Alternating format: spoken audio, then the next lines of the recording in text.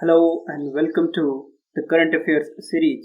Today's episode is on the Central Bureau of Investigation. This institution is in the news because a new CBI director has been appointed. As the last year, due to some internal feud of corruptions and allegations between the director and special director, the institutions was in the news. So today we will see the various aspects relating to this institution. So welcome to the episode.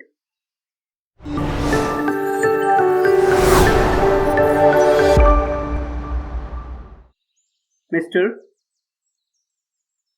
Subodh Kumar Jaiswal को new CBI director appoint किया गया है। वो Indian police service Maharashtra cadre के एक senior IPS officer हैं। इस selection process में सीनियरिटी एक इम्पॉर्टेंट रोल प्ले करता है और इनके अपॉइंटमेंट में सीनियरिटी भी एक इम्पॉर्टेंट रोल प्ले किया है। सो सेंट्रल ब्यूरो ऑफ इन्वेस्टिगेशन के बारे में सबसे पहले हम लोग कुछ बेसिक चीजें सीखेंगे। उसके बाद इस टॉपिक को जनरल स्टडीज के पॉइंट ऑफ व्यू से कुछ इम्पॉर्टेंट एरियाज से तैयार करना है। For example the appointment process of the CBI director. Number 2, some the functions as well as the jurisdictions of the CBI. Third, the issues relating to this institution, about the institutional integrity and the institutional credibility. तो सबसे पहले हम लोग इस institutions के कुछ basic चीजों के बारे में देखते हैं। CBI, it is the central government, the central premier institute relating to investigation of the cases of corruptions and prevention of the corruption cases. It is the premier investigative agency. Central Bureau of Investigation एक attached office है, पहला point. Second, Central Bureau of Investigation एक non statutory body है। The bodies primarily 3 types के होते हैं। एक constitutional body जो डायरेक्टली आर्टिकल्स ऑफ कॉन्स्टिट्यूशन से बनता है। सेकंड, स्टैट्यूटरी बॉडी जो स्टैट्यूट या लॉ ऑफ पार्लियामेंट से बनता है। थर्ड, किसी एग्जीक्यूटिव ऑर्डर से बने, वो उसको हम लोग नॉन स्टैट्यूटरी या नॉन कॉन्स्टिट्यूशनल बॉडी बोलते हैं। तो सेंट्रल ब्यूरो ऑफ इन्वेस्टिगेशन भी an executive order of the ministry of home affairs से बना है, इसीलिए इसको हम लोग नॉन स्टैट्यूटरी बॉडी के कैटेगरी में रखते हैं। तो हम लोग और इसके एस्पेक्ट में समझेंगे। एक और फैक्ट याद रखेंगे कि there is a DSPE act 1946, that is the Delhi special police establishment act 1946, जो सेंट्रल ब्यूरो ऑफ इन्वेस्टिगेशन के चीजों को सारे the legitimate power CBI draw करता है। Second, there is a central vigilance commission जो सीबीआई के ऊपर में चेक्स एंड बैलेंस का काम करता है। तो सबसे पहले हम लोग इसके अपॉइंटमेंट प्रोसेस को समझते हैं। 2014 के पहले एक कन्वेंशन था एंड आफ्टर द 2014 कुछ चेंजेस हुए हैं अपॉइंटमेंट प्रोसेस में। द बिफोर 2014 जो सीबीआई डायरेक्टर होता था, that is appointed on the basis of the report of a committee. The committee के कौन कौन से मेंबर्स होते थे? It consist of the central vigilance commissioner, second the secretary from ministry of home affairs और secretary from the DOPT, that is Ministry of Personal and Public Grievances. तो ये committee अपने रिपोर्ट सेंट्रल गवर्नमेंट को भेजती थी and central government on the basis of the report do the appointment of the CBI director. But central government के इस process में कुछ इश्यूज थे। तो 2014 ऑनवर्ड्स जब लोकपाल एक्ट 2014 आया, तब इस प्रोसेस में कुछ चेंजेस किए गए। इस प्रोसेस में ये चेंज किया गया कि now the process of appointment जो होगा वो एक रिपोर्ट के बेसिस पे होगा and that report would be given by an empowered committee. Empowered committee ये एक हाई पावर्ड कमिटी होगी और जिसके चेयरमैन होंगे prime minister of India.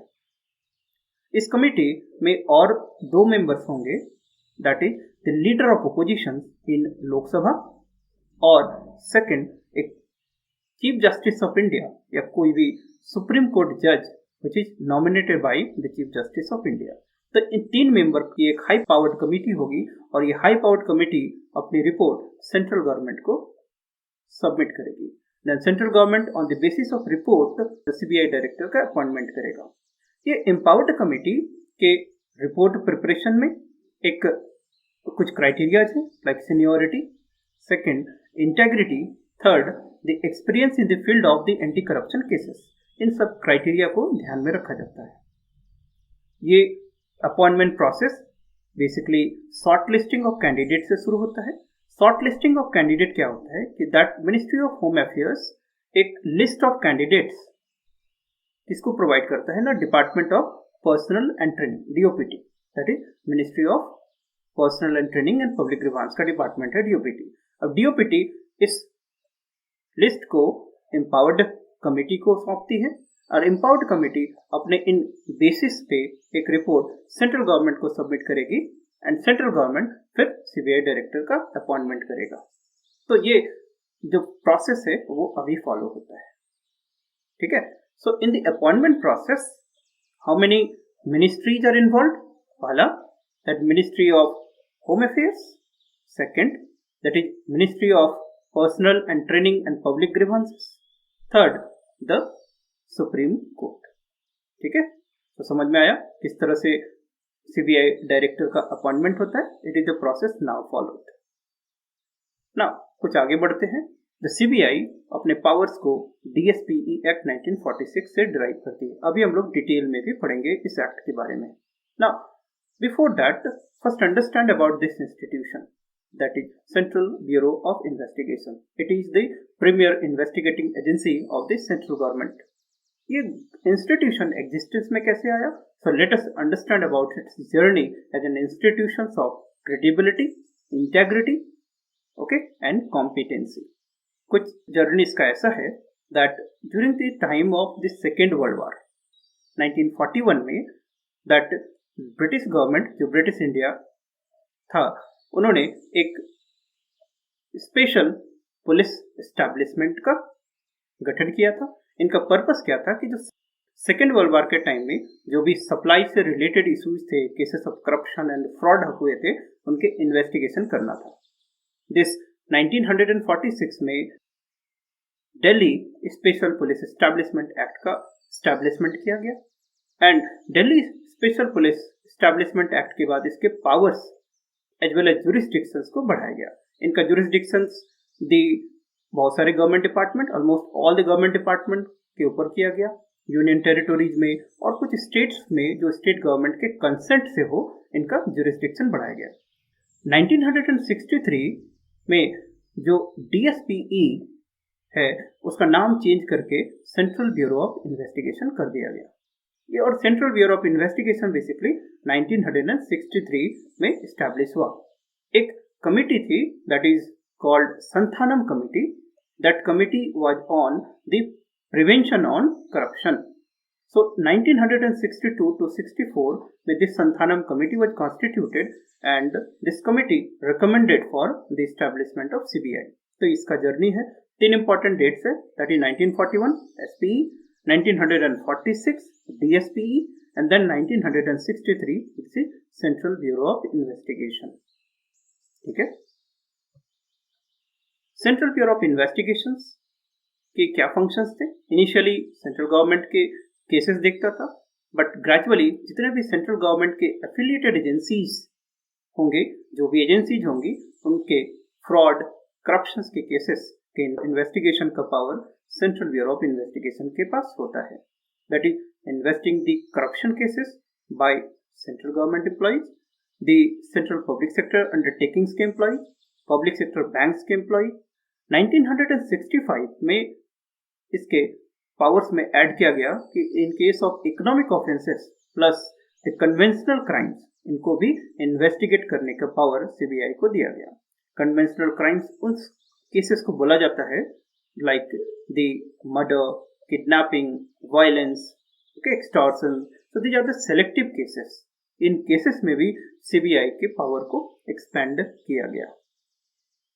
Central bureau of investigation जो एक ऑल इंडिया बॉडी है, headquarter in New Delhi. Many of the friends might have visited and seen the headquarter of the central bureau of investigation. ये organisations बहुत सारे divisions के through काम करता है। सो डिविजन्स की बात करेंगे, सो 1987 में द 2 डिविजन्स वर क्रिएटेड। पहला that is anti corruption division and second was special crimes division. So ये दोनों डिवीजन 1987 में बनाए गए। एंटी करप्शन डिवीजन करप्शन से रिलेटेड जो भी केसेस होंगे उनका इन्वेस्टिगेशन करता था, और स्पेशल क्राइम डिवीजन जो भी सेलेक्टिव केसेस होते थे लाइक मर्डर, वायलेंस, एक्सटॉर्शन, उनका देखता था। ग्रेजुअली इसमें the forensic lab, science lab को बनाया गया, administrative division, the directorate of prosecutions और इकोनॉमिक ऑफेंस डिवीजन, इनको भी ऐड किया गया। सो इस तरह से central bureau of investigations now consist of number of division. इसमें से these divisions are important, you can note it down. CBI, the functions through their regional offices or regional zones. There are the 10 zones are in India: Mumbai, Hyderabad, Chennai, Guwahati, Kolkata, Patna, Lucknow, Chandigarh, Bhopal and New Delhi। इन zones के through CBI काम करता है। जैसे मुंबई का जो zone है, इसका जुरिस्डिक्शन है महाराष्ट्र, गोवा से रिलेटेड। सिमिलरली हर एक जोन का एक अपना एरिया ऑफ जुरिस्डिक्शन है। ओके, इसी कंटिन्यूटी में when we talk about the investigating agency, so there are the 2 premier investigating agencies in India. पहला the central bureau of investigation, second the crime investigation department. The CBI national level पे काम करती है and CID state level की agency है। ठीक है, so about the central bureau of investigation कुछ चीजें हम लोगों ने देखा, that it is a central government agency, then how it had been come into the existence like 1941 to 1963. ठीक है, it central government authorizes state to investigate any cases, और even supreme court and high court का भी jurisdiction CBI के ऊपर होता है। That supreme court and high court can order the CBI to investigate certain cases in the states with respect to the cases and that involve the consent of the state. State के consent से करेगा। CID state level के investigating agency है। ठीक है, and high court के order के through भी ये काम करता है। That is high court CID को भी इन्वेस्टिगेट का पावर देता है। जनरली तो CID का जो स्कोप होता है वो लिमिटेड होता है, ये मर्डर, असॉल्ट, और सो CBI के पास वाइडर डोमेन होता है एंड CID के पास कुछ रिलेटिवली लिमिटेड डोमेन पे काम करती है। सो ये दोनों प्रीमियर इन्वेस्टिगेटिंग एजेंसीज है जो कोऑर्डिनेशन पे काम करती है। नाउ कुछ फैक्ट्स हैं with respect to the CBI. CBI it is an attached office, पहला पॉइंट आप याद रखेंगे। Second, that A resolution of ministry of home affairs से बना है, इसीलिए इसको क्या बोलते हैं हम लोग, स्टैट्यूटरी बॉडी। नाउ इसका जो एडमिनिस्ट्रेटिव कंट्रोल मतलब एडमिनिस्ट्रेटिव जुरिस्डिक्शंस पहले मिनिस्ट्री ऑफ होम अफेयर्स के पास था, now it has been transferred to ministry of personnel. Ministry of personnel के ऊपर में इसका एडमिनिस्ट्रेटिव पावर से एडमिनिस्ट्रेटिव कवर है। सेंट्रल ब्यूरो ऑफ इन्वेस्टिगेशंस के फंक्शंस के लिए इसके ऊपर में चेक्स एंड बैलेंस और इनेबलिंग प्रोविजंस के लिए 2 इंपॉर्टेंट एक्ट है। पहला DSPEE एक्ट 1946, जिसको हमने देखा कि जो सिलेक्शन का अपॉइंटमेंट का प्रोसेस भी इससे मिलता है, और एक CVC act that is 2003, that is central vigilance commission act 2003, जो CBI डायरेक्टर के ऊपर में चेक्स एंड बैलेंस का काम करता है। ठीक है, CBI संथानम कमेटी के रिकमेंडेशन से बना है एंड किस तरह से ये बना SPE to DSPE then the CBI, हम लोगों ने इसको ऑलरेडी देखा। This institution is basically known for its institutional integrity. ठीक है, integrity means the authority would not subjudise to any of the power, so that is called integrity. और इसके fair and partial investigating process के लिए this is highly commendable institution. ना CBI के composition की कुछ बात कर लेते हैं। CBI is headed by a director. ठीक है, this director equal to the rank of the director general of police and director is assisted by the special director and sub additional director. तो number 1 officer is the director, जिसके ऊपर में complete overalling powers, supervision powers होता है institution का। Number 2 officers, that is special director and additional director. Apart from that इसमें joint directors भी होते हैं, that is the DIG rank के officers, deputy inspector general, superintendent of police, और जितने भी पुलिस ऑर्गेनाइजेशंस के ऑफिसर्स होते हैं सारे पर्सनल इन CBI के ऑर्गेनाइजेशन में होता है। ठीक है, नाउ जो CBI डायरेक्टर होगा उसका नॉर्मल टेन्योर कितना होता है, 2 years। So CBI director is provided with security of tenure, इसको याद रखेंगे, security of tenure. Security of tenure is provided by the CBC act 2003। सो एक पॉइंट क्या याद रखेंगे, CBI director has security of tenure of 2 years and that is provided by CBC act 2003। Now the CBI जो function करता है that उसमें से prior permission का कुछ प्रोविजंस है, that section 6A in the DSPE act 1946, इसमें क्या था दैट जब भी CBI that higher officers in the bureaucracy के अगेंस्ट में केसेस को इन्वेस्टिगेट करती थी, then CBI have to take permission from the central government, okay, the central cabinet. So the supreme court said that this section is a violation of Article 14. Article 14 क्या है? That is right to equality. It say the equality before the law plus equal protection of the law. तो दो चीज बोलता है ये, equality before the law and equal protection of the law. तो section 6A जो है that is the violative of Article 14. So that is why Supreme Court struck down and issued the guideline. Supreme Court said that this section is basically goes against the objective and the reasons of Prevention of Corruption Act 1988. इसीलिए उसको approval लेने की जरूरत नहीं है।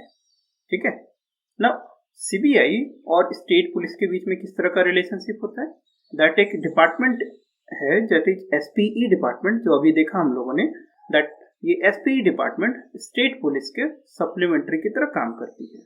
ठीक है, CBI का जो SPE डिपार्टमेंट स्टेट पुलिस के सप्लीमेंट्री की तरह काम करती है। नाउ CBI के ऑफिसर्स की ट्रेनिंग के लिए there is CBI academy that is located in Ghaziabad, Uttar Pradesh. It started functioning in 1996। These are some facts written. This academy provide the training, दो टाइप की ट्रेनिंग होती है, that is in service training and the long term basics. जो भी officers होते हैं, okay, the officers, उनके लिए इन सर्विस ट्रेनिंग होता है, एंड जो भी सुपरिटेंडेंट ऑफ पुलिस के नीचे के ऑफिसर्स हो, like the sub inspectors that is called deputy superintendent of police, उनके लिए लॉन्ग टर्म बेसिक्स ट्रेनिंग को इसको बोला जाता है। There is a programme conducted by this institution. ठीक है, द CBI के विजन है, इनको आप याद रखेंगे। So Central Bureau of Investigation, it comes under the administrative control of the DOPT. So in the today's class, we have understood about the Central Bureau of Investigation, that CBI के लिए क्या क्या important point है with respect to appointment process. There is a empowered committee. Second, the CBI का jurisdictions powers. The CBI के ऊपर में checks and balance के लिए DSPE Act and the CBC Act. ठीक है, they are the two provisions. Third, that last year why it was in the news कि इसके जो डायरेक्टर और द स्पेशल डायरेक्टर के बीच में कुछ एलिगेशंस के केसेस न्यूज में थे। ठीक है, hopefully you might have gone through that, उसको भी आप तैयार कर लेंगे, that will helpful for your mains examination. So I think the session must be informative, and tomorrow that again we come with some new subjects. So that take care, goodbye, and thanks for the watching.